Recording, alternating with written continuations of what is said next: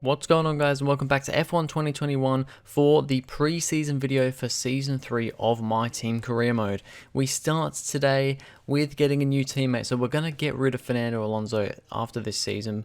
We're actually going to approach Sebastian Vettel first, however he declines. There is one little thing that he doesn't quite like with our team, so unfortunately Vettel is not going to come with us. But then we go for Daniel Ricciardo, and Daniel Ricciardo accepts our approach to him. So this is really exciting. I really want to get Daniel Ricciardo on my team. So we're one step there. Now we're just going to be in a bidding war with McLaren. We're only in a war with McLaren here. So let's see if we can get Daniel Ricciardo on our team. If we can get him on our team for next season, I think we're going to be in for a good season and potentially a great battle with Ricciardo, potentially for the title. So we start on, we're going to put a small bid in to start with, and to be honest, McLaren are a little bit slow with deciding what they're going to do here, but they're going to put another bid in. Then I'm just going to stick in a large bid, and this one is potentially gonna do it for us. 10.75 million, finalizing the deal, and we have won. We have signed Daniel Ricciardo to TGL Motorsport for Season 3. So McLaren won the Constructors' Championship in Season 2. Ricciardo is part of McLaren. We now have him on our team. So I reckon this could mean some pretty spicy driver transfers.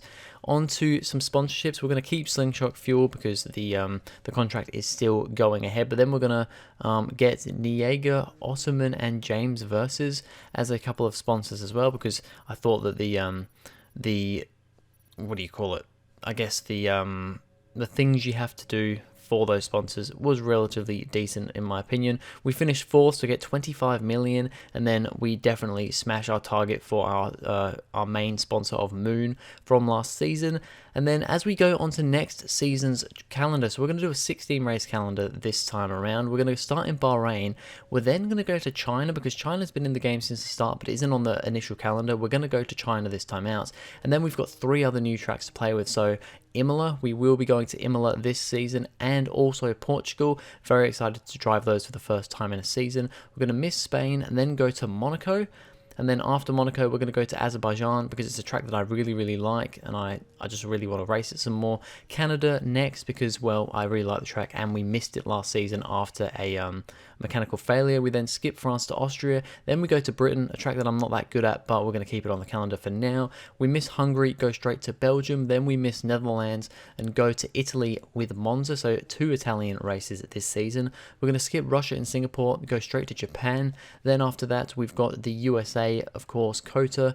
We then go to Mexico for round 14. Round 15 is Brazil, the Interlagos circuit, one of my favorite on the calendar. Then we miss Australia, and we finish the season in Saudi Arabia. So Jeddah will be the final race of the season. We won't be going to Abu Dhabi for this next season. So a 16 race season compared to a 20 race season the last 2 times. Yeah, I just think it's time to shorten it a little bit, especially because you can't do a 20 race season now. It's 10, 16, or 23 now. So we're gonna, for the next few seasons, do 16 race seasons. As for my my new outfit, so of course every season I change the racing suit, the helmet, the gloves, all that sort of stuff, and I've gone for this design this time. We're going to stick with the green and orange color for this time. However, we're going white on the suit instead of black. I think the white looks so much better, and I do quite like this race suit a lot more than my previous one. And then we're also going to change our logo a little bit here. We're going to keep the colors the same once again, but we've got a new logo design there, kind of the starfall emblem, and then we're going to just change the background a little bit as well. As for our main sponsor, we're actually going to go for DSB Optics, which I think wants us to finish 6th or better in the Constructors' Championship, so we're going to go for that. I think we can definitely pull that off this season. I honestly think we'll be fighting for the Constructors and hopefully the Drivers' Championship. And then as for engines, well, every single engine is at 100 performance, just a couple of differences in durability. I'm actually going to go for Ferrari just to mix things up, so the second best engine on the grid on 100 performance, so they're all the same performance, every single engine at the moment. Durability a little bit worse, you know, I think it was Honda was 100 durability. We're going to go for Ferrari here just to mix it up a little bit, and yeah, just we'll have a bit of a different sounding car. And then the car reveal, you can't see that well here in the dark kind of car reveal screen, but we have a better look at the car, and this will be our car for season 3 for the 2023 season. So as you can see, I've kept the white, green and orange color scheme. I was debating whether to mix it up a little bit for this season, but we are going to stick with this now. Maybe for season 4 we will switch it up once again. I might even like go into like, you know, maybe we'll have like a special title sponsor. I mean, I'm on PlayStation, so I can't mod it like, you know, like Arav, the YouTuber Arava does, where he kind of mods in title sponsors. So he's like got Coca-Cola as his at the moment. We can't do that on PS4, unfortunately, but I can, you know, I can make the car a title sponsor car. Just with colors and stuff. I might do that for the next season, but for now we're sticking with our usual white, green and orange, and I really like this livery. I actually quite liked my livery from season 2, but I think this one's even better. I really like it. There's a bit more orange in there, which I liked. I really like orange, but I don't want to go crazy with the orange because then we're going to be too similar to McLaren. So having the main color as the green and then the kind of base as the white, but then with a bit of orange in there, I really like this livery. I think it looks awesome. It looks really good with the new racing suit and everything as well. And yeah, I'm really happy with this car, and I can't wait to see this thing on track with myself and Daniel Ricciardo driving it. It's going to be a lot of fun.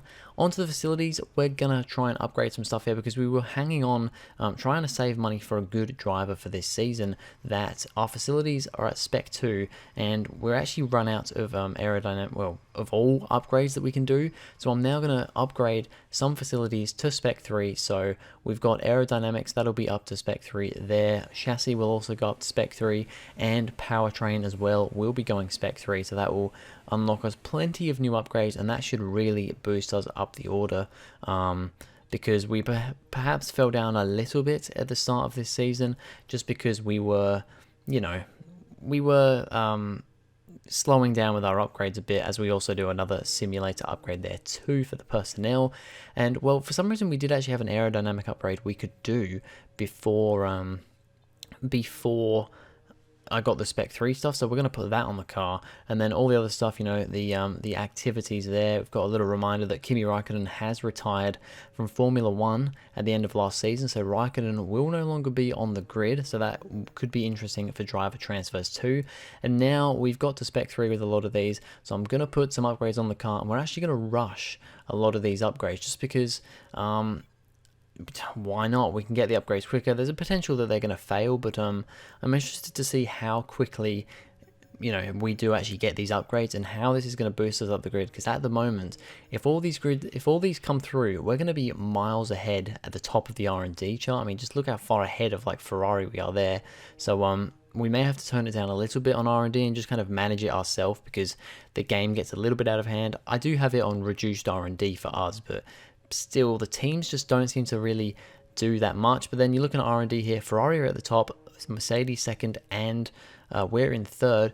And now onto the driver transfers, the exciting part. Fernando Alonso has gone from our team to Williams. So Alonso now at Williams. Remember, Williams is a pretty good mid-tier midfield car now, so it's going to be interesting to see what Alonso can do in the Williams next season. I'm definitely excited for that. It's going to be a step down from where he was at our team, but he's partnered with Valtteri Bottas. So Latifi has left Williams. It is Bottas and Alonso at Williams. That is a pretty exciting lineup, to be honest. I think these two could do a really good job at Williams. I'm definitely expecting Williams to be scoring points this next season for sure. With Alonso and Bottas there, definitely, that is a very strong team. So yeah, I'm definitely excited for Williams and seeing if they can, you know, just get into the top 10 quite a bit, because I do think that is going to be the case.